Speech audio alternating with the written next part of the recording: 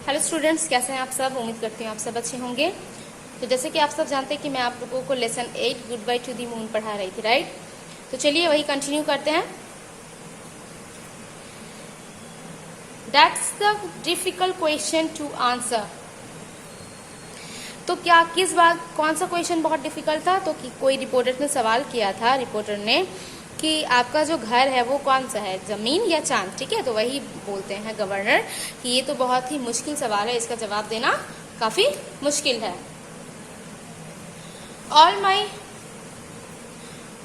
My cultural tries are with earth. बोल रहा है कि उसकी तहजीब जो है वो बेशक अर्थ जमीन के साथ जुड़ी है, but I must say that it is the moon where my present and future lie. और बोल रहा है कि लेकिन वो चांद ही है जहां पे मेरा प्रेजेंट और फ्यूचर वहीं पे ही निर्भर है। ठीक है। माई सन वॉज बॉर्न देयर। मेरे जो बेटे हैं वो वहाँ चांद में जन्म लिया है। My wife was buried there. और मेरी जो बीवी है उसको वहाँ पे जलाया गया है क्योंकि वो मर चुकी थी, इसलिए। My work is there. मेरा काम वहाँ का है। It is good to be back on earth but moon is home. बोल रहे कि जमीन पर आकर बहुत अच्छा लग रहा है, लेकिन मेरा काम जो है और मेरा घर जो है वो चांद है। ठीक है। Father saw me standing among the reporters. He gave me his arm. We walked together on the landing pad. The sun was gently warm. क्या बोल रहा है कि उसके पापा, क्योंकि वो रिपोर्टर्स के साथ ही बात कर रहे थे, और फिर वो जब देखता है कि उसका बच्चा रिपोर्टर्स के साथ बाहर मतलब साइड में खड़ा रहता है, तो वो अपने हाथ से बाजू देकर अपने बच्चों को बुलाता है और उसके साथ फिर वो लोग निकल जाते हैं। ठीक है। तो बोल रहा है कि सन यानी जो सूरज की जो रोशनी पड़ रही थी वो काफी थोड़ी सी गर्म पड़ रही थी। I looked up. It was strange being outside without a space suit. Earth will certainly be fun. ठीक है।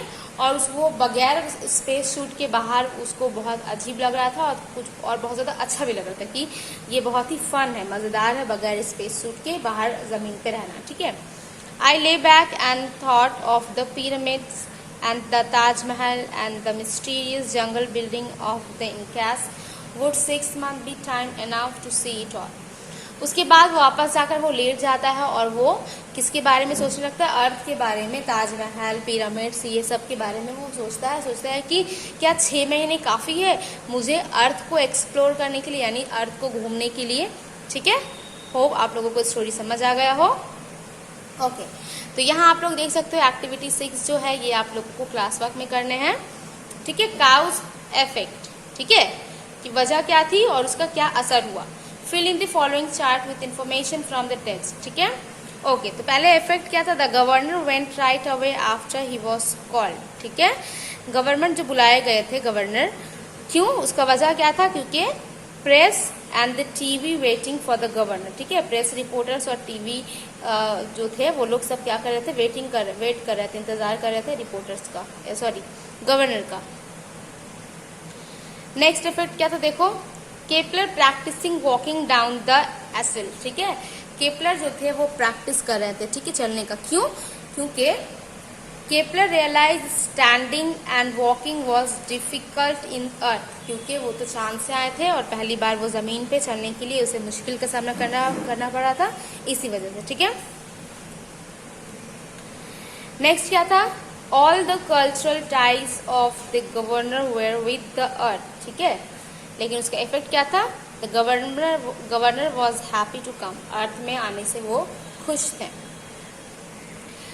Kepler was not wearing a space suit. Kepler became strange and the earth would be fun to him. ठीक है।